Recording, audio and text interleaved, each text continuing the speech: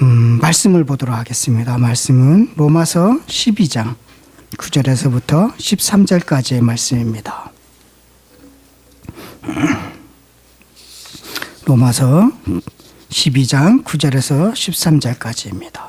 사랑에는 거짓이 없나니 악을 미워하고 선에 속하라. 형제를 사랑하여 서로 우애하고 존경하기를 서로 먼저 하며 부지런하여 게으르지 말고 열심을 품고 주를 섬기라.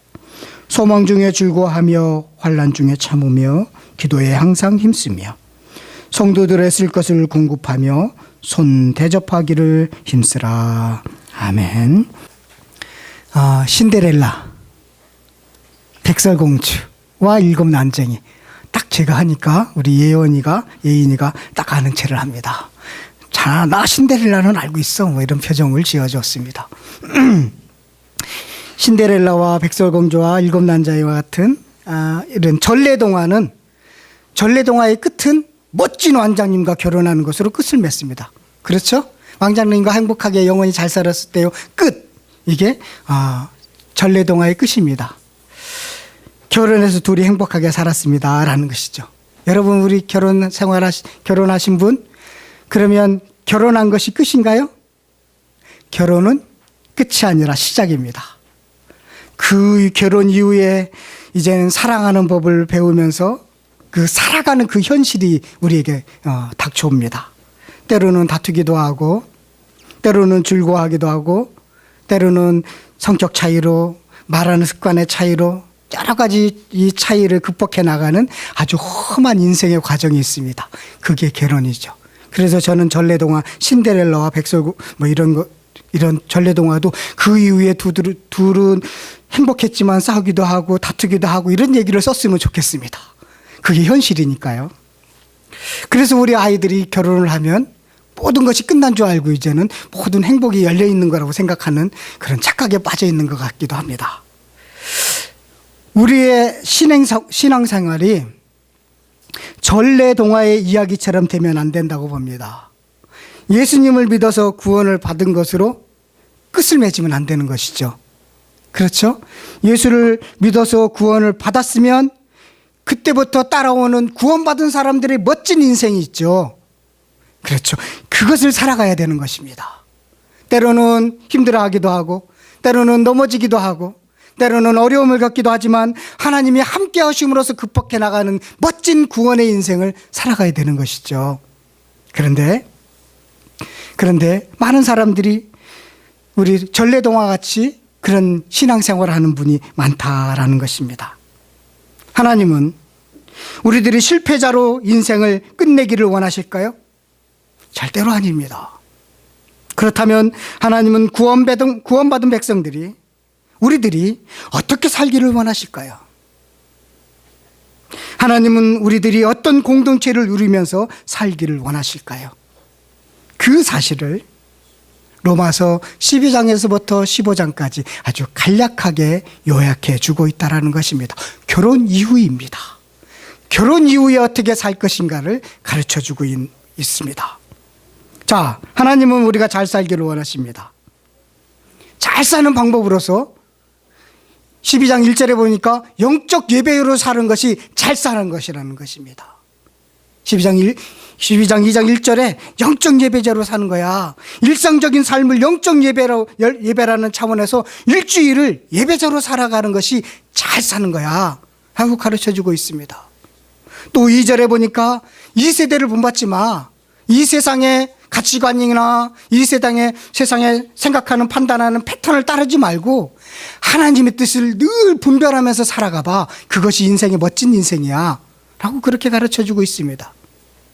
또 3절에서부터 8절까지는 내가 너희들에게 창조하면서 내가 너희들에게 이 땅에 보내면서 내가 은사를 줬거든, 재능을 주었거든. 그거 가지고 너 혼자만 잘 먹고 잘 사는 게 아니라 옆에 있는 사람들을 섬기면서 살아. 그것이 진짜 멋진 인생이야 라고 가르쳐주고 있습니다.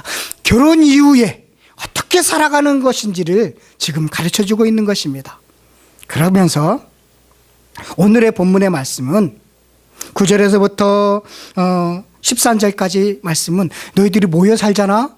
그러면 모여 사는데 어떤 그 모임은 어떤 성격을 갖고 있어야 되고 어떤 특징이 있어야 되는지 그것을 가르쳐 주고 있는 것입니다. 한 가정으로 말을 하자면 결혼해서 한 가정을 꾸렸습니다. 그 가정의 모습, 그 가정의 성격, 그 가정의 내용을 이야기하고 있는 것입니다.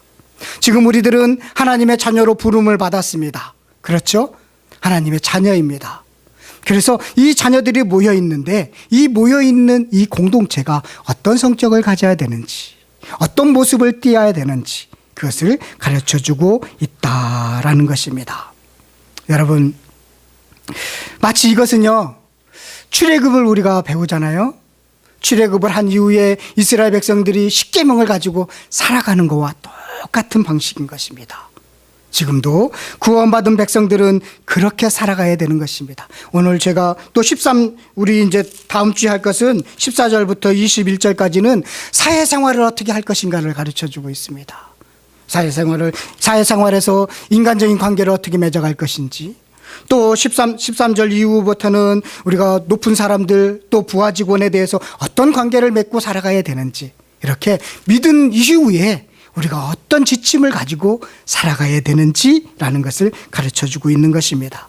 제가요, 이렇게 자꾸 반복하는 것은 억지로 기억하지 않아도 자연스럽게 생각나도록 하고, 그리고 여러분들이 순종하기를 바라서 이렇게 계속적으로 반복하는 것입니다.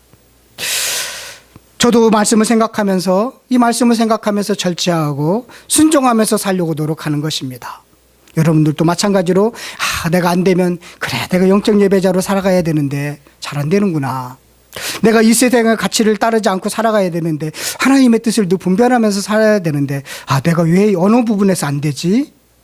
그리고 내가 준 은사가 이것인데 왜 이것으로 나는 섬기지 못하지? 라고 하면서 자꾸 생각하면서 자꾸 좋은 길로 나가도록 하는 연습을 해야만이 더 풍성한 은혜를 체험할 수 있기 때문에 그렇습니다. 요즘 시대는요, 자기밖에 모르는 시대입니다. 근데 이기주의적인 사람은 행복할 수 없습니다. 행복하지 않습니다, 절대. 혼자 사는 거 행복하지 않습니다. 요즘 TV에 보면 나 혼자 사는 그런 프로도 있고 그러는데 절대로 행복할 수 없습니다. 왜 그러냐면 하나님은 처음부터 인간을 창조할 때 공동체에서 행복을 누리도록 디자인해 놓으셨습니다. 그래야만이 공동체 안에서 행복을 누리도록 만든 것이 하나님의 뜻입니다. 그래서 아름다운 공동체, 그것을 갖도록 하셨습니다. 그래서 가족으로부터 출발하는 것입니다. 그리고 친구를 통해서 또 이런 그 하나님의 자녀의 큰 공동체를 통해서 은혜를 받고 위로를 받고 서로 격려해주고 그렇게 주고받으면서 그렇게 살도록 하나님께서 우리를 창조해 주셨기 때문에 그렇습니다. 그래서 사람들에게 참된 위로를 줄 공동체가 어디여야 되느냐면 가족도 중요하고 친구도 중요하지만 진정으로는 교회여야 된다는 것입니다. 교회가 그런 역할을 해야 된다는 것입니다. 그런데 교회조차 유지하기 어렵다라고 변명도 하지만 제가 그런 질문을 할 때마다 우리 교회가 좀 더 많은 사람들에게 위로를 주고 격려를 줘야 되는데 이런 생각이 있습니다. 근데 한편으로는 우리 교회조차도 지금 힘들게 어렵게 이렇게 유지해 나가는데 어떻게 해야 되지? 그럴 때마다 하나님 앞에 늘 부끄럽기 맹한가지입니다. 참 부끄럽기도 합니다. 우리가 하나님 앞에서 부끄럽지 않기 위해서는 9절부터 13절에서 원하시는 아름다운 믿음의 공동체, 그렇게 교회를 갖고 나가는데 노력한다면 하나님이 기뻐하실 거라는 생각이 들었습니다. 오늘 9절 말씀부터 13절의 말씀을 통해서 하나님이 원하시는 믿음의 공동체가 무엇인지, 그리고 우리가 꿈꾸는 공동체는 어떻게 되어야 되는지를 함께 나누면서 은혜의 시간이 되었으면 좋겠습니다. 첫 번째로 하나님이 원하시는 아름다운 믿음의 공동체는 따라했으면 좋겠습니다. 거짓 없는 순수한 공동체여야 한다. 9절의 말씀을 다 같이 한번 읽도록 하겠습니다. 9절입니다. 시작. 사랑에는 거짓이 없나니 악을 미워하고 선에 속하라. 거짓 없는 순수한 공동체를 이루기 위해서 필요한 것과 그리고 없어야 할 것이 있다는 것입니다. 필요한 것은 무엇이죠? 사랑입니다. 그렇죠? 신앙의 완성은 사랑입니다. 여러분, 사랑하면 다 해결될 수 있습니다. 그런데 사랑인데 어떤 사랑이냐면 순수한 사랑이어야 된다는 것입니다. 거짓이 없는 순수한 사랑, 겉으로 사랑합니다라고 하면서 속으로는 다른 마음을 품고 있는 사람들이 많이 있습니다. 그것은 진정한 사랑이 아니라 겉과 속이 순수한 사랑, 똑같은 사랑, 그런 사랑이어야 된다는, 그것이 꼭 있어야 된다는 것입니다. 자, 순수한 사랑의 공동체에 없어야 할 것은 무엇이냐면 거짓입니다. 거짓말하는 것이죠. 저희 집에서 가장 중요하게 여기는 것이요, 거짓말하지 말라는 것입니다. 그래서 지금까지도 다른 걸로 말썽은 피웠지만 거짓말은 하지 않습니다. 그래서 참 감사한데 이렇게 자신 있게 얘기하면 또 다음에 바로 거짓말하는 일이 발견될까 봐 걱정되기도 합니다. 아직까지는 없었습니다. 지금까지 잘 지켜주고 있어서 너무 감사하기도 합니다. 거짓은요, 욕심에서 시작되는 것입니다.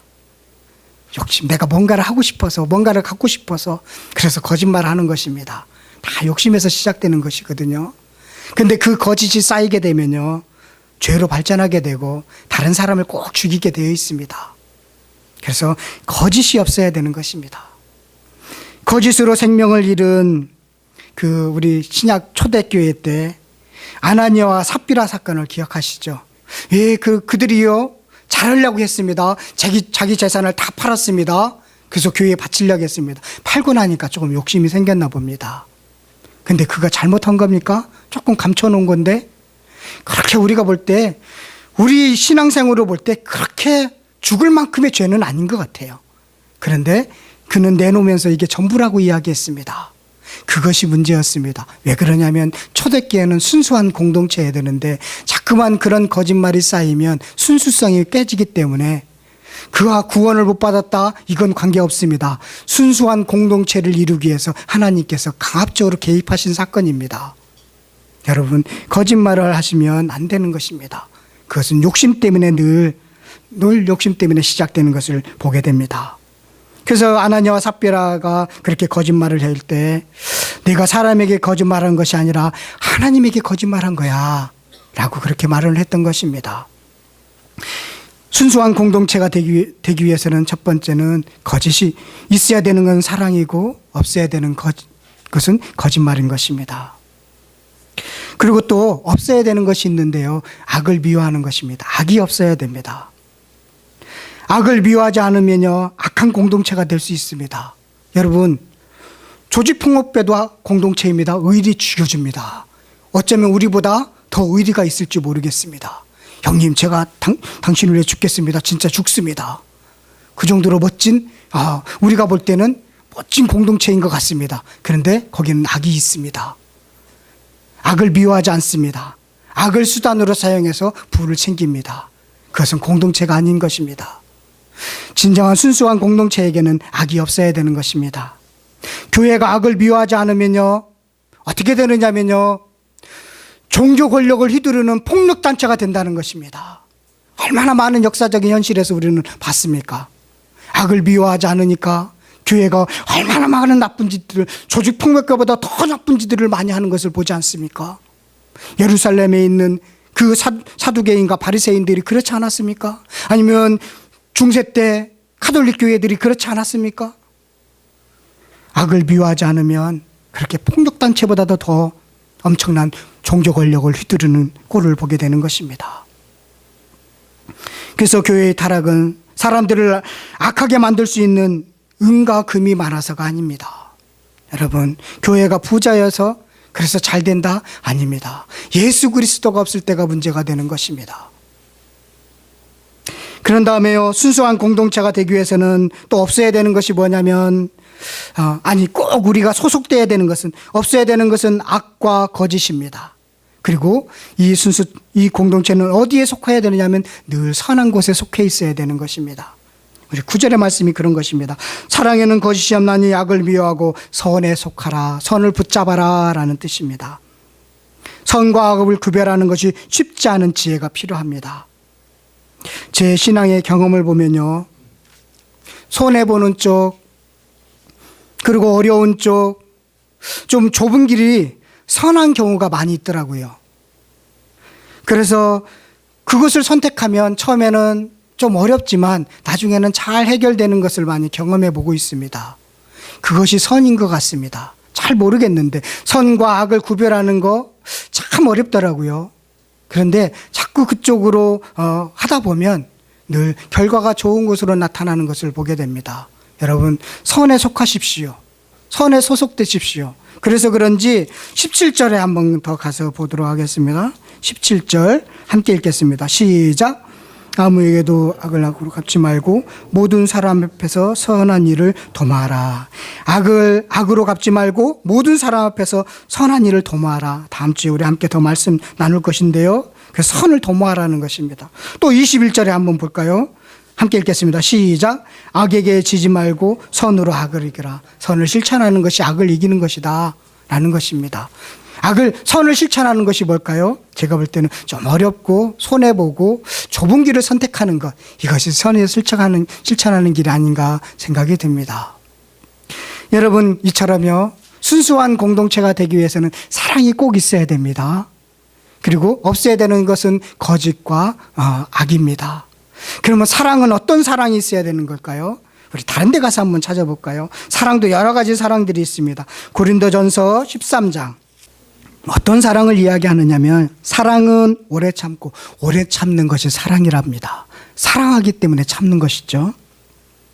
사랑은 온유하며 사랑은 온유합니다.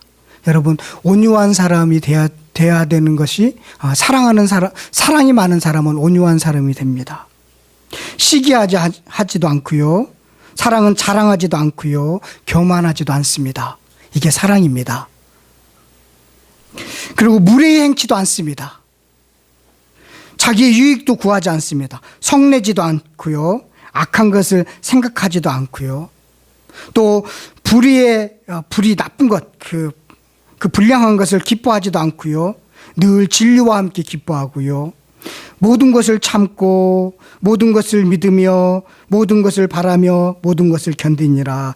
오래 참는다, 견딘다는 것으로 이렇게 딱 맞고 있습니다. 사랑의 진수는 오래 참고 견디는 거구나. 그래야 순수한 공동체가 되는 거구나. 여러분, 사랑하십니까? 순수한 공동체를 가정에서도 이루고 싶고 직장에서도 이루고 싶습니까? 그러면 오래 참는 사랑으로 그 악을 미워하고 그리고 거짓말하지 마십시오. 우리 남양주 성실교회가 그런 교회가 되기를 간절히 바라겠습니다.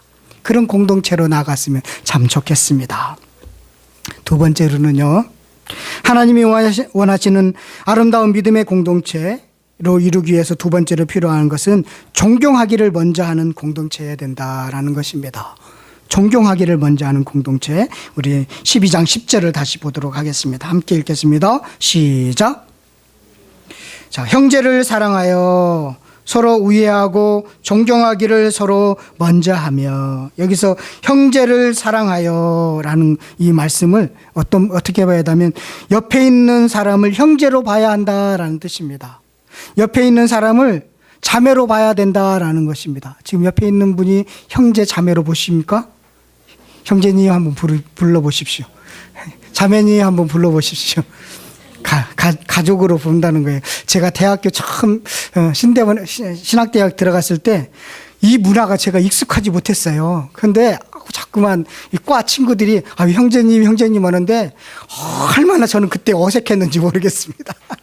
지금도 약간 어색하긴 합니다. 근데 옆에 있는 분을 형제님, 자매님으로 봐야 되는 것이죠. 그건 뭐냐면 가족으로 봐야 된다는 것이에요.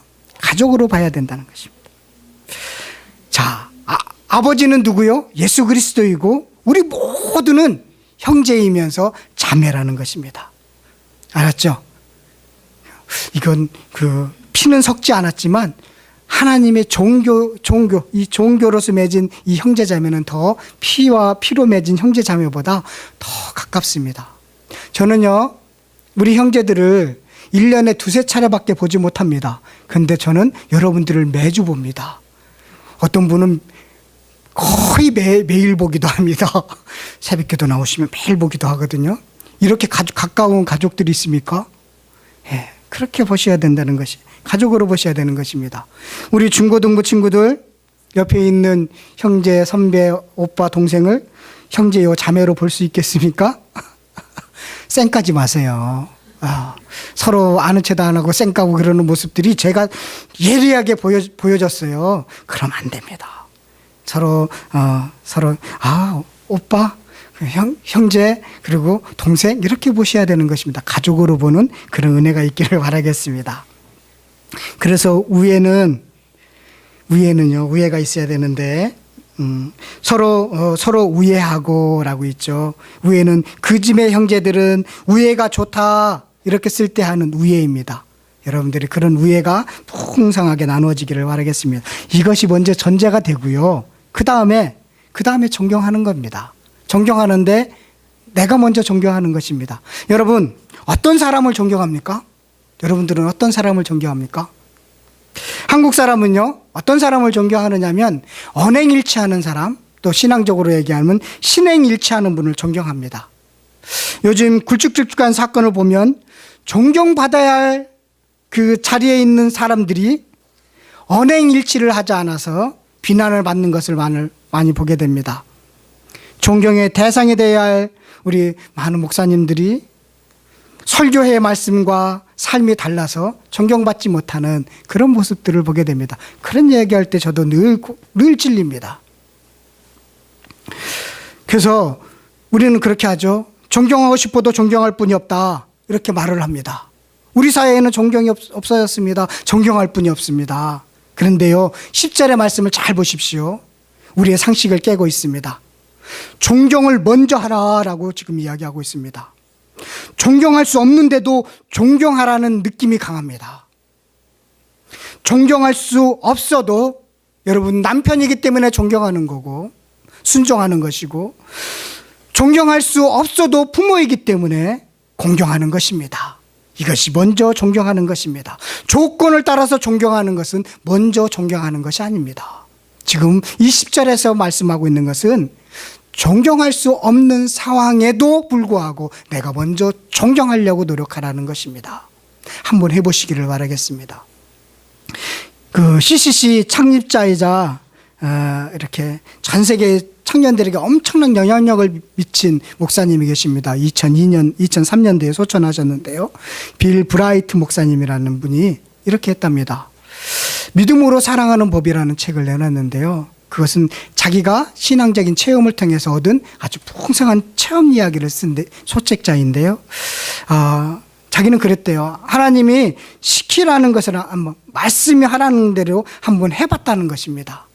자기 의견하고는 다르고 자기 생각하고는 다르지만 한번 하나님이 하라는 대로 그렇게 해봤다는 것입니다. 그랬더니 정말 엄청난 일들이 일어나더라는 것입니다. 그런 고백을 실은 책인데요. 여러분들 한번 해보십시오. 성경에서 존경을 먼저 하라고 했으니까 한번 해보십시오. 그러면 정말로 뜻하지 않는 여러 일들이 있을 거라는 생각이 듭니다. 우리 시대에 사라진 단어 중에 하나가 바로 존경입니다. 안타깝기도 합니다. 그런데 바울은 존경은 상대방의 뛰어남을 인정하고 칭찬하며 상대방에게 양보하는데 존경의 관계가 형성된다라고 말씀하고 있는 것입니다. 그런 내용을 담고 있다라고 주석하고 있더라고요. 상대방을 낮게 여기는 존경이 회복되는 공동체가 될 때 그 하나님이 원하시는 아름다운 공동체가 된다라는 것입니다. 여러분, 먼저 가정 안에서, 교회 안에서, 학교 안에서 담탱이라고 부르지 말고 좀 존경해 보십시오. 옛날에는 선생님을 많이 존경했습니다. 또 직장 안에서도, 여러분들이 소속된 공동체 안에서도 먼저 존경하기를 한번 실천해 보십시오. 우리 교회 안에서도 먼저 존경하기를 신청해 보시기를 바라겠습니다. 그럴 때 하나님이 원하시는 아름다운 공동체가 이루어진다라는 것입니다. 세 번째로, 하나님이 원하시는 아름다운 믿음의 공동체는 열정이 살아있어야 합니다. 우리 11절을 다 같이 보도록 하겠습니다. 11절 함께 읽겠습니다. 시작. 크게 읽겠습니다. 다시 시작. 부지런하여 게으르지 말고 열심을 품고 주를 섬기라. 예. 자, 우리 아름다운 믿음의 공동체를 이루기 위해서는 이렇게 일꾼들을 이렇게 세워 나갑니다. 그런데 일꾼들은 먼저 부지런해야 합니다. 그리고 열심을 품고 최선을 다해야 하는 것이죠. 저도 마저 일꾼으로 세움을 받았습니다. 그러면 부지런해야 됩니다. 그리고 최선을 다하는 것이죠. 열심을 품고 열정적으로 살아가는 것입니다. 그래서요, 작은 직분이라도 자기에 맡겨준 작은 것이라도 맡겨주시면 감사할 줄 알고 최선을 다할 때 하나님의 은혜가 있는 것입니다.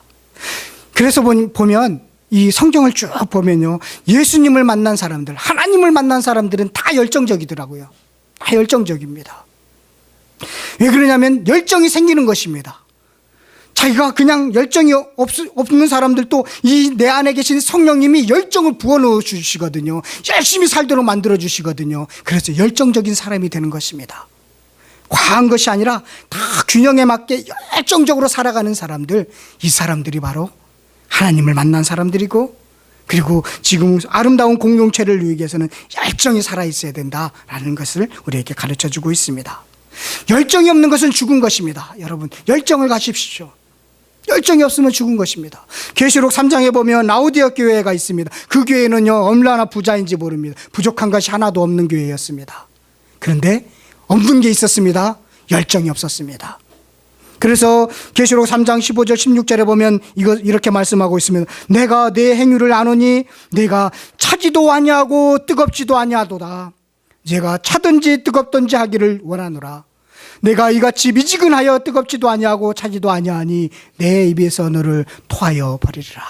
열정이 없으면 토하여 버림을 당하는 것입니다. 맡긴 일을 뺏어버리는 것입니다. 맡길 수가 없는 것입니다. 작은 일에 맡겼어도 열정적으로 하는 사람에게는 더 많은 일들이 축복이 있는 것입니다. 복이 있는 것입니다. 왜 그러냐면 아름다운 공동체를 이루어 나가기 위해서 그렇다는 것입니다. 그래서 열정 있는 신앙생활을 하시기를 바라겠습니다. 미지근한 신앙 다 버리시기를 바라겠습니다. 제가 철학자 이야기는 잘 하지 않는데 칸트라는 분이 있습니다. 행복한 사람이란 세 가지가 있다는 것입니다. 어떤 게 있느냐면 할 일이 있고, 그리고 사랑하는 사람이 있고, 그 다음 희망이 있어야 된다, 열정이 있어야 된다라는 것입니다. 이런 사람이 행복하다는 것입니다. 여러분들 세 가지 다 갖기를 바라겠습니다. 남양주 성실교회는 맡겨주면 최선을 다하는 열정적인 사람이 되어서 하나님이 원하시는 아름다운 공동체를 이루어 나갔으면 참 좋겠습니다. 네 번째로, 오늘은 다섯 번째까지 다 해야 됩니다. 네 번째로, 하나님이 원하시는 아름다운 믿음의 공동체는 기도에 힘쓰는 공동체입니다. 여러분, 환난 중에 있으면요, 참고 기도해야 합니다. 참고 기도해야 됩니다. 12절에 보니까 소망 중에 즐거워하며 환난 중에 참으며 기도에 항상 힘쓰며. 우리가 참고 기도하는 것은, 기도할 수 있는 것은, 즐거워할 수 있는 것은 소망이 있기 때문에 그런 것은 우리 교회가 부족한 부분이라는 생각이 듭니다. 약간 좀 부족한 부분이 있습니다. 여기에 이 컵에요, 이 안에 영생수가 들었다고 생각합시다. 이것만 마시면 다 모든 병이 치료되는 만병통치약이 들었다고 합시다. 그런데 여러분들에게 좋습니다. 그랬더니 이 물을 보면서 신기하게 생겼네, 아이고 이건 뭘로 구성되어 있지, 막 이렇게 분석만 하고 마시지 않는다면 이것은 효과가 있을까요, 없을까요? 마실 때 효과가 있는 것입니다. 분석만 하면 의미가 없습니다. 성경도 마찬가지입니다. 분석만 하면 의미가 없습니다. 신앙생활도 마찬가지입니다. 듣기만 하고 그렇더라 하고 분석만 하면 의미가 없습니다. 뭐요? 실천하는 것입니다. 그 실천은 기도로 시작되는 것입니다. 기도는 아름다운 공동체를 이루는데 가장 중요한 요소입니다. 예수님도요, 아주 중요한 결정을 하기에 앞서서 늘 기도하셨습니다. 제자들을 선택하기 전에도 기도했고, 또 마지막 그 십자가에 달리기 전에도 기도하셨습니다. 중요한 일을 하기 전에는 늘 기도의 모범을 보여주셨습니다. 여러분, 기도하시기를 바라겠습니다. 개인 기도는요, 가장 개인적인 종교 생활입니다. 우리 특히 여자 성도들보다는 남자 성도들이 기도에 조금 더 약하죠. 그리고요, 그래서 그런지 신앙 성장도 조금 느립니다. 여자분들보다 남자분들이. 기도를 많이 하면 그만큼 신앙 성장이 빠르다는 것입니다. 특히 나이 들면서 예수 믿는 남자분들을 보게 됩니다. 그분들은요, 60이 넘고 70이 넘으신 분은 기도하라면 하나님 아버지를 못 불러요. 이 나이에 내가 무슨 아버지를 불러 하면서 하나님 아버지를 못 부릅니다. 그래서 잘 기도를 하지 못합니다. 그래서 꾹꾹 안에 그렇게 기도할 거 있으면 자기 마누라 꾹꾹 쑤시면서 기도 좀 하고 와. 새벽에 가서 기도 좀 하고 와. 야, 이거 잘 안 풀리는데 당신이 좀 기도 좀 해. 그렇게 하는 남자 성도들을 제가 많이 발견해 봤습니다. 기도는 자기가 해야 되는 것입니다. 그리고요, 특히 초신자들 있죠. 예수님을 많이 믿고 오래 믿지 않으신 분들, 초신자들의 기도는 좀 잘 들어주는 경향들이 있습니다. 왜 하나님께서 초신자의 기도를 잘 들어주시느냐면 믿음 주시려고 좀 잘 들어주십니다. 그러니까 기도를 이때 이용하십시오. 그러고 나서 시간 가면 그거 다 잊어버립니다. 지금 많이 기도하셔서 하나님이 이런 기도도 들어주시는구나 라는 것을 신앙으로 체험하시기를 바라겠습니다. 여러분, 성경에 보면 기도로서 죽은 사람도 살리고 얼마나 많은 이적들이 있습니까? 그것이 성경으로 끝나는 게 아니라 여러분들의 삶의 체험으로 나타나시기를 바라겠습니다. 그렇게 기도 체험이 있으면요, 얼마나 좋은지 모릅니다. 얼마나 복된지 모릅니다. 그런 그 기도 체험이 우리 신앙생활에서 두 가지 면에서 아주 좋은 이점이 있습니다. 먼저 문제가 해결되고, 그 다음에는 하나님의 살아계심을 인정하기 때문에 그 기도의 체험이 얼마나 좋은지 모르겠습니다. 여러분, 그렇게 기도에 힘쓰시기를 바라겠습니다.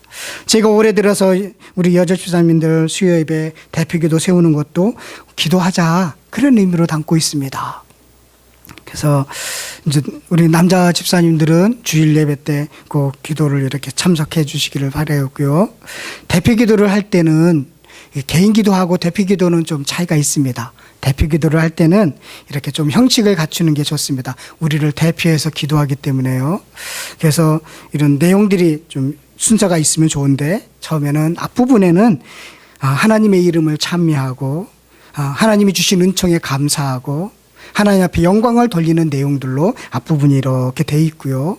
그 다음에 우리들의 죄를 고백하고 일주일 동안 살면서 지었던 것들을 고백하는 그런 기도의 내용들이 있고, 그런 다음에 조금 이웃 또 사회, 국가 이런 도구의 기도의 내용들이 있고, 그런 다음에 마지막으로 우리의 필요한 것들을 구하십시오. 우리의 필요한 것들을 구하면, 그러고 나서 하나님, 이 모든 기도가 확실히 이루어질 줄 믿습니다라고 그렇게 한 다음에 꼭 예수님의 이름으로 기도하셔야 되는 것입니다. 이것이 형식을 이렇게 갖춰서 대표 기도를 하는 것이 좋습니다. 개인 기도는 그런 형식은 안 갖춰도 좋습니다. 열심히 기도하시면 여러분들 체험이 있기를 간절히 바라겠습니다. 아름다운 공동체를 이루기 위해서 필수 요소입니다. 기도하는 공동체에 되는 것입니다. 마지막으로 하나님이 원하시는 아름다운 믿음의 공동체는 대접을 잘하는 공동체여야 합니다. 여기 다 같이 우리 13절을 다 같이 한번 보도록 하겠습니다. 함께 읽겠습니다. 시작. 네. 여기서 쓸 것은요, 의식주를 이야기하는 것입니다. 생존에 필요한 것들이죠. 이건 생존에 필요한 것들은 교회에서 공동체에서 이렇게 제공해 줬는데 초대교회부터 열심히 했던 것입니다. 로마 교회는 대도시입니다.